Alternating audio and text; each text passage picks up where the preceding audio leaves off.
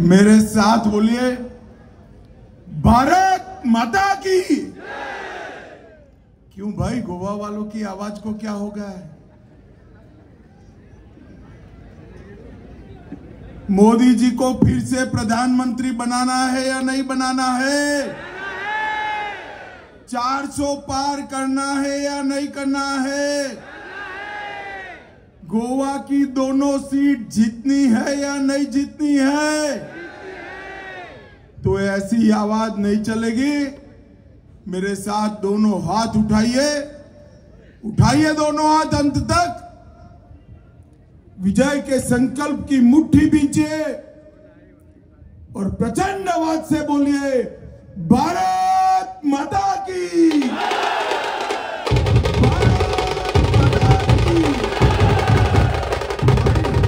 ओ भाई, तेरा नगाड़ा मेरे भाषण से लंबा न हो जाए, इतनी चिंता करते। आज इस मंच पर उपस्थित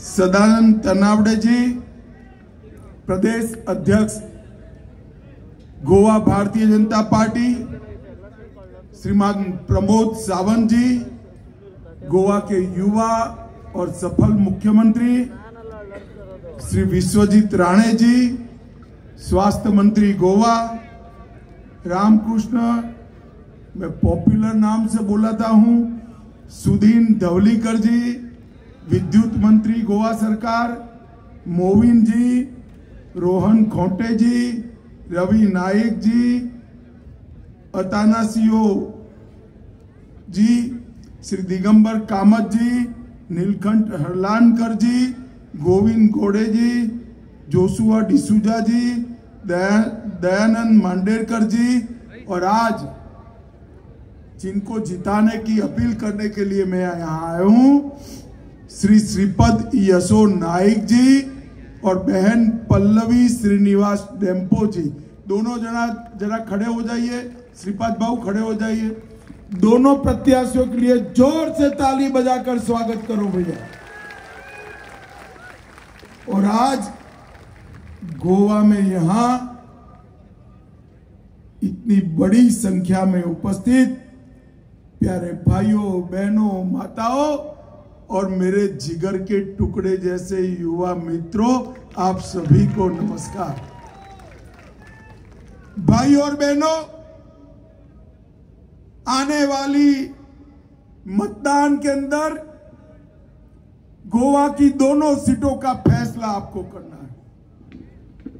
मगर जब गोवा के सारे मतदाता मत डालने जाए तो आप ये बात जरूर याद रखना कि आप सिर्फ 2 सांसद नहीं चुन रहे। आने वाले 5 साल के लिए भारत का भविष्य किस पार्टी के हाथ में हो, किस व्यक्ति के हाथ में हो, वो तय करने का काम आप करने जा रहे हो। आप श्रीपाद जी और पल्लवी बहन को जब कमल के निशान के सामने वोट डालोगे, आपका वोट सीधा नरेंद्र मोदी जी को प्रधानमंत्री बनाएगा। पल्लवी जी और श्रीपाद जी को दिया हुआ एक एक वोट 400 पार की यात्रा पूरी कर कर नरेंद्र मोदी जी को तीसरी बार प्रधानमंत्री बनाएगा। भाई और बहनों, चुनाव किसके बीच में? एक और 12 लाख करोड़ के घपले, घोटाले, भ्रष्टाचार करने वाला इंडी अलायंस है, और दूसरी ओर 23 साल तक मुख्यमंत्री और प्रधानमंत्री रहने के बावजूद जिन पर 25 पैसे का आरोप नहीं है, ऐसे नरेंद्र मोदी जी। एक और जीवन का क्षण क्षण और शरीर का कण कण भारत माता को समर्पित करने वाले उत्कृष्ट राष्ट्रभक्त नरेंद्र मोदी है, जिन्होंने 23 साल तक मुख्यमंत्री प्रधानमंत्री रहते हुए एक भी दिन का छुट्टी नहीं लिया है भाइयों बहनों, एक भी। और दूसरी ओर राहुल बाबा है, थोड़ा टेम्परेचर बढ़ते ही विदेश में वैकेशन के लिए चले जाते हैं। एक और पूरा एनडीए का कुनबा है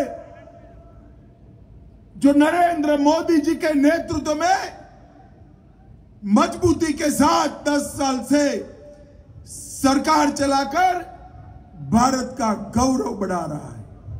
और दूसरी ओर एक घमंडिया गठबंधन है, उनका कोई नेता भी नहीं है, नीति भी नहीं है।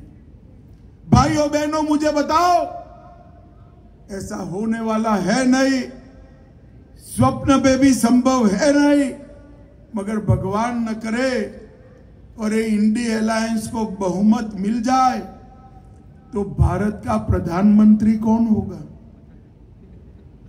बता सकते हैं क्या? शरद राव इस देश को संभाल सकते हैं? गोवा वालों बताओ, हाँ या ना? संभाल सकते हैं? ममता बनर्जी संभाल सकती है? बीमार स्टालिन संभाल सकते हैं? उद्धव ठाकरे जी संभाल सकते हैं? और अंत में एक बार पूछता हूं, राहुल बाबा संभाल सकते हैं क्या? अरे क्यों हंस रहे हो भाई? वो भी कांग्रेस के बड़े नेता हैं। भाई और बहनों, ये लोग देश नहीं संभाल सकते। एक पत्रकार ने इंडिया अलायंस के एक जोकर जैसे नेता को पूछा कि भाई आप बहुमत मांग रहे हो, मगर देश का प्रधानमंत्री कौन बनेगा? तो उन्होंने कहा, हम सब बारी बारी बनेंगे। भाइयों और बहनों, इनकी गंभीरता देखिए। 30 साल तक इस देश ने अस्थिर सरकारों को झेला है, उसका खामियाजा भुगता है। 10 साल से नरेंद्र मोदी जी मजबूती के साथ इस देश का नेतृत्व कर रहे हैं। मुझे बताओ, ये बारी बारी प्रधानमंत्री बनने वाली टीम अगर कोरोना आई तो इस देश को कोरोना के बाहर निकाल सकते हैं क्या? बताओ तो। इस देश को सुरक्षित कर सकते हैं, आतंकवाद को समाप्त कर सकते हैं, नक्सलवाद समाप्त कर सकते हैं, इस देश को दुनिया का 3रे नंबर का अर्थतंत्र बना सकते हैं क्या? भाई और बहनों, ये कर सकते हैं तो अपने बेटों बेटियों का भविष्य बना सकते हैं, गोवा के युवाओं का भविष्य नहीं बना सकते। सारे नेता, शरद पवार अपनी बेटी को मुख्यमंत्री बनाना चाहते हैं, उद्धव जी बेटे को मुख्यमंत्री बनाना चाहते हैं, ममता दीदी भतीजे को मुख्यमंत्री बनाना चाहती हैं, सोनिया जी बेटे को प्रधानमंत्री बनाना चाहते हैं, स्टालिन जी बेटे को मुख्यमंत्री बनाना चाहते हैं। गोवा वालों, मुझे बताओ जरा, जो अपने बेटे बेटी भतीजों के लिए काम करते हैं, ये गोवा के युवा के लिए कुछ कर सकते हैं क्या? जोर से बोलो, कर सकते हैं? गोवा के युवा के लिए, गरीब के लिए, किसान के लिए, दलित के लिए, आदिवासी के लिए अगर कोई कर सकता है तो वो नरेंद्र मोदी कर सकते हैं। नरेंद्र मोदी। भाइयों बहनों, नरेंद्र मोदी जी ने इस देश को सुरक्षित किया। 10 साल तक सोनिया मनमोहन की सरकार थी, आए दिन पाकिस्तान से आलिया मालिया जमालिया आते थे, बम धमाके करते थे, चले जाते थे, कोई कुछ नहीं बोलता था। मोदी जी की सरकार आपने बना दी। 2014 में मोदी जी प्रधानमंत्री बने, उरी और पुलवामा पर पाकिस्तान ने हमला किया, आतंकवादी भेजे, मगर पाकिस्तान वाले ये भूल गए कि सरकार बदल गई है, अब कांग्रेस की सरकार नहीं है, भारतीय जनता पार्टी की सरकार है। और अब मनमोहन जी प्रधानमंत्री नहीं है, 56 इंच के सीने वाला नरेंद्र मोदी प्रधानमंत्री। भाइयों बहनों, 10 ही दिन में पाकिस्तान के घर में घुसकर सर्जिकल स्ट्राइक और एयर स्ट्राइक कर आतंकवादियों का सफाया करने का काम नरेंद्र मोदी जी ने किया। मोदी जी ने इस देश को आतंकवाद से मुक्त कराया है। मुझे बताओ गोवा वालों, कश्मीर हमारा है या नहीं है? जोर से बोलो, है या नहीं है? ये खड़गे साहब कहते हैं राजस्थान और गोवा वालों का कश्मीर से क्या लेन देन। खड़गे साहब, आप 80 पार कर गए, मगर इस देश को, गोवा को नहीं जानते हो। गोवा का बच्चा बच्चा कश्मीर के लिए जान देने के लिए तैयार है। भाइयों बहनों, नरेंद्र मोदी जी ने जिस धारा 370 को ये इंडी अलायंस वालों ने 70 साल से अपने अनौरस बच्चे की तरह गोदी में खिलाया था, आपने दूसरी बार प्रधानमंत्री बनाया। 5 अगस्त 2019 को मोदी जी ने धारा 370 को समाप्त कर दिया। जिस कश्मीर के लाल चौक पर झंडा फहराने के लिए मुरली मनोहर जोशी जी और नरेंद्र मोदी जी को सेना का प्रोटेक्शन देकर भेजना पड़ा था, वो लाल चौक पर आज शान से हमारा तिरंगा बहुत शान के साथ फहरा रहा है। मोदी जी ने कश्मीर को हमेशा के लिए भारत के साथ जोड़ने का काम किया। भाइयों बहनों, मुझे बताओ जरा, अयोध्या में राम मंदिर बनना चाहिए था या नहीं बनना चाहिए? जवाब दीजिए, बनना चाहिए था या नहीं बनना चाहिए? 70 साल तक कांग्रेस पार्टी राम मंदिर के मुद्दे को भटकाती रही, अटकाती रही, लटकाती रही। मोदी जी ने 5 साल में ही केस भी जीता, भूमि पूजन भी किया और 22 जनवरी को प्राण प्रतिष्ठा कर कर जय श्री राम। भाइयों बहनों, ये राहुल बाबा,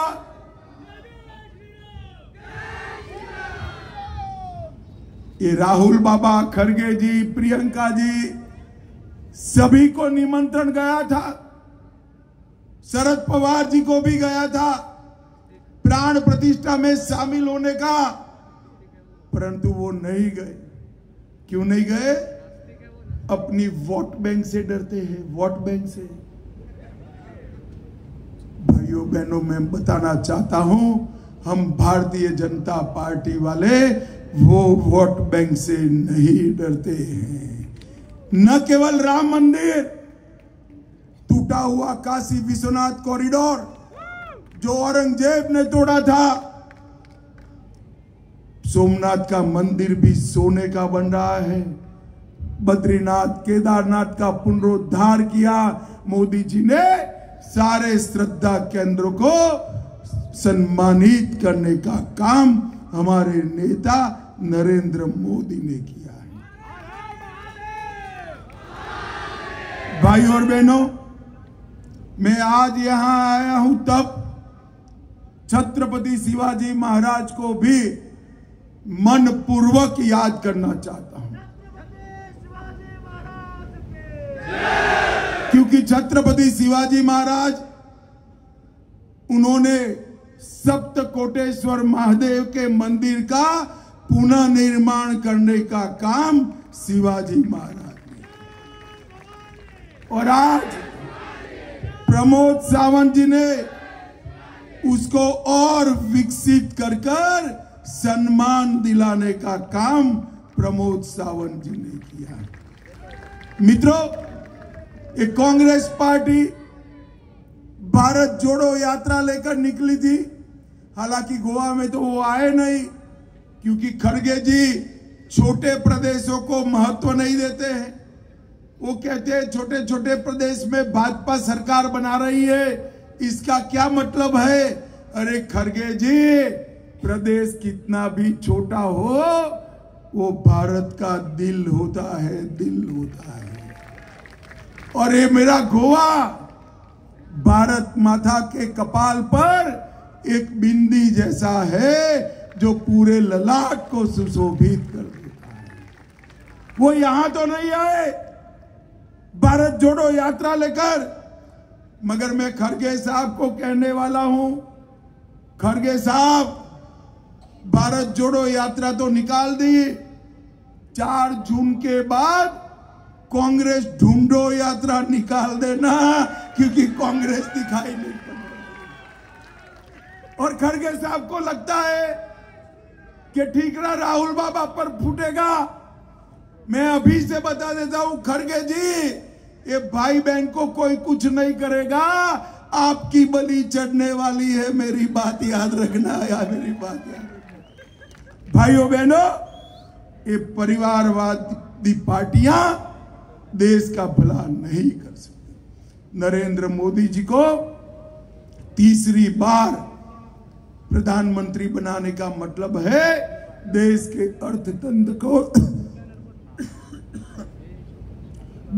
अर्थतंत्र को दुनिया में तीसरे नंबर पर पहुंचाना। भाई और बहनों, अंत्योदय ये भारतीय जनता पार्टी का बिलीफ, विश्वास। मोदी जी ने इस 10 साल में 80 करोड़ गरीबों के विकास के लिए ढेर सारे काम किए। 80 करोड़ गरीबों को 5 किलो अनाज प्रति व्यक्ति प्रति माह मुफ्त में पहुंचाया। 12 करोड़ से ज्यादा शौचालय बनाए। 4 करोड़ लोगों को घर दिया।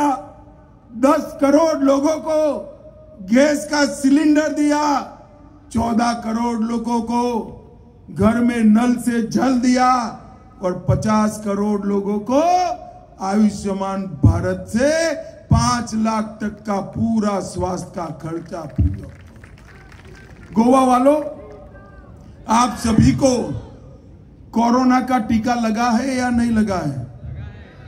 जरा दोनों हाथ उठाओ तो जो उसको 2 टीका लगा हो। सभी को लगा है ना भाई? 25 पैसा भी देना पड़ा है क्या? नरेंद्र मोदी जी ने सामने से कॉफी पिलाकर मुफ्त में 130 करोड़ लोगों को कोरोना का टीका लगाकर देश को कोरोना से सुरक्षित किया। और उस वक्त कांग्रेस के शाहजादे राहुल बाबा कहते थे कि कोरोना का टीका मत लो, ये मोदी टीका है।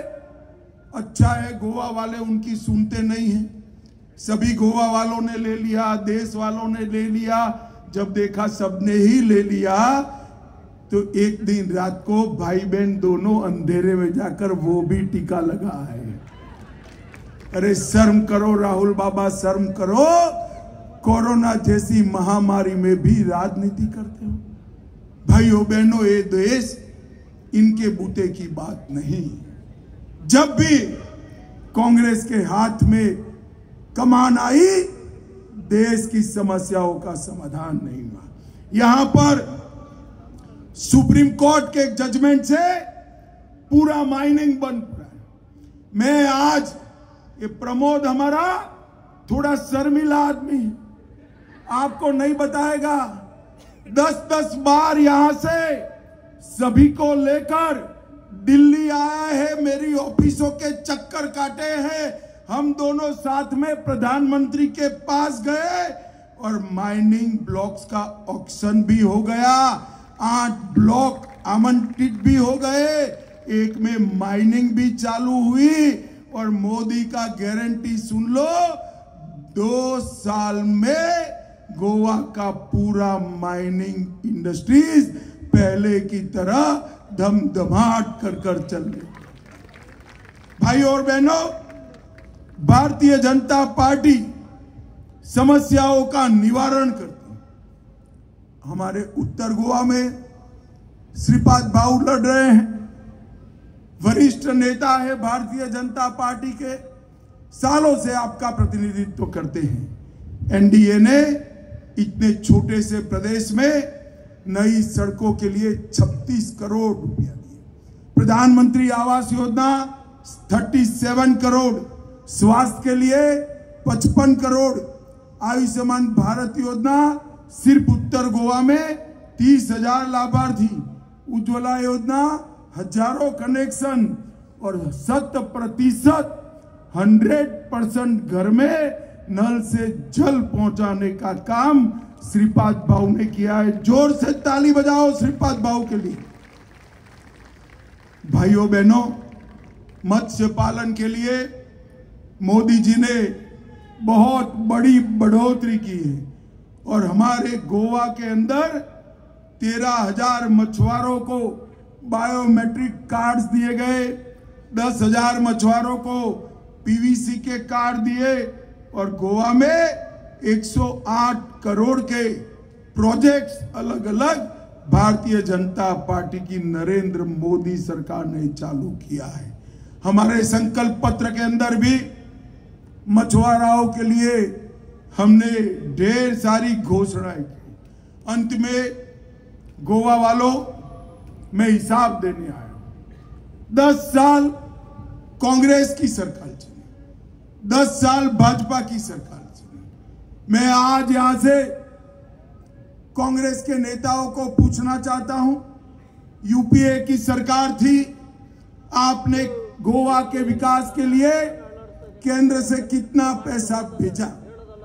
वो नहीं बताएंगे, मगर मैं बता देता हूं, उन्होंने 6,300 करोड़ रुपया भेजा था और मोदी जी ने यही 10 वर्ष में 35,027 करोड़ और 11,000 करोड़ इंफ्रास्ट्रक्चर के लिए भेजने का काम नरेंद्र मोदी जी ने किया। नया एयरपोर्ट मनोहर जी के नाम पर बनाया, 1600 करोड़ से गोवा सीमा से कुंडापुर तक 4 लेन तटीय राजमार्ग बनाया, 1500 करोड़ से जुआरी नदी पर केबल ब्रिज बनाया, 800 करोड़ से MES कॉलेज जंक्शन से बोगमालो जंक्शन तक 4 लेन फ्लाईओवर बनाया, मनोहर पर्रिकर कानाकोना बाईपास के बीच की दूरी कम हुई, 3,000 करोड़ से मोपा एयरपोर्ट बनाया, मत्स्य पालन के लिए 50 करोड़ दिए और इसके साथ साथ 1,000 करोड़ वाली 47 योजनाएं शुरू की। 400 करोड़ की लागत से NIT बना, FSL यूनिवर्सिटी बनी, आयुर्वेद संस्थान बना, सप्तकोटेश्वर मंदिर नया बना और समुद्री क्लस्टर बनाने के लिए भी सर्वे चल रहा है। ये समुद्री क्लस्टर जहाजों की डिजाइन के लिए बनेगा, जो पूरे भारत के जहाज अपने छोटे से गोवा के अंदर बनाने का काम करेगा।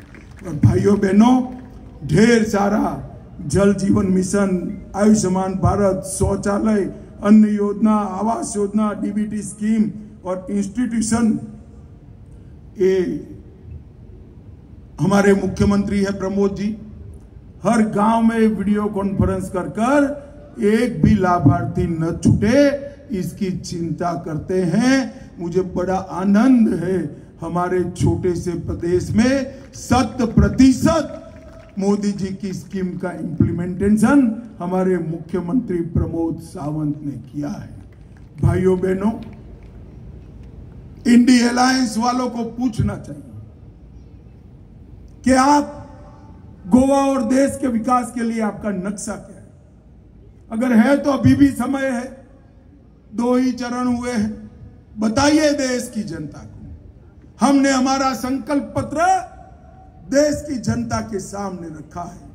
मोदी जी ने देश को वादा किया है कि तीसरी बार एनडीए सरकार बनने के बाद देश सुरक्षित होगा, समृद्ध होगा, दुनिया भर के लोग यहां पर मैन्युफैक्चरिंग करने आएंगे और हमारा भारत हर क्षेत्र में दुनिया में नंबर 1 बनेगा मित्रों, नंबर 1 बनेगा। गोवा वालों, एक मटकी भी घर में खरीदते हैं ना तो उस पर टकोरा लगाकर देखते हैं मटकी कच्ची है या पक्की है।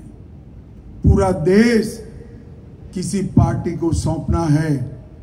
भाव में मत आना, ठंडे दिमाग से सोचना, देश को कौन सुरक्षित कर सकता है, कौन समृद्ध कर सकता है, कौन देश को दुनिया में सम्मान दिला सकता है।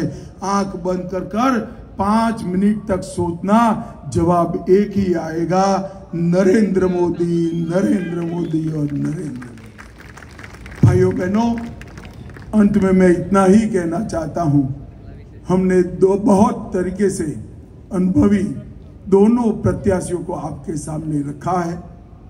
उत्तर और दक्षिण में मुझे विश्वास है कि गोवा की जनता दोनों सीटें मोदी जी के झोली में डालेगी और जब 400 कमल का माला बनेगा तब मेरे गोवा के भी 2 कमल दीप्यमान होकर भारत माता की मूर्ति पर दिखाई पड़ेंगे।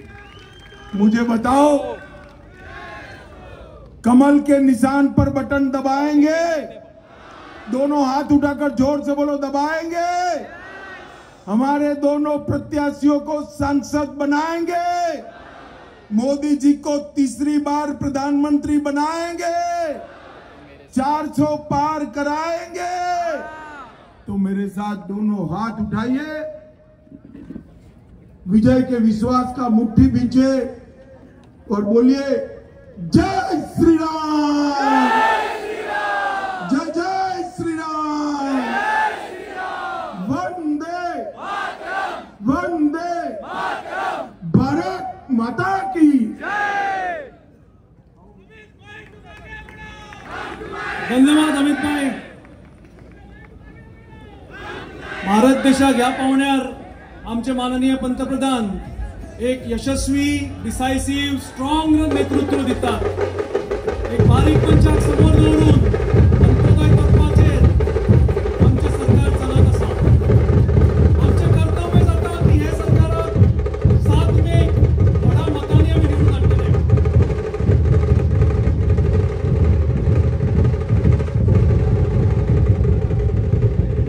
सगळ्यांचे मनांतल्यान धन्यवाद।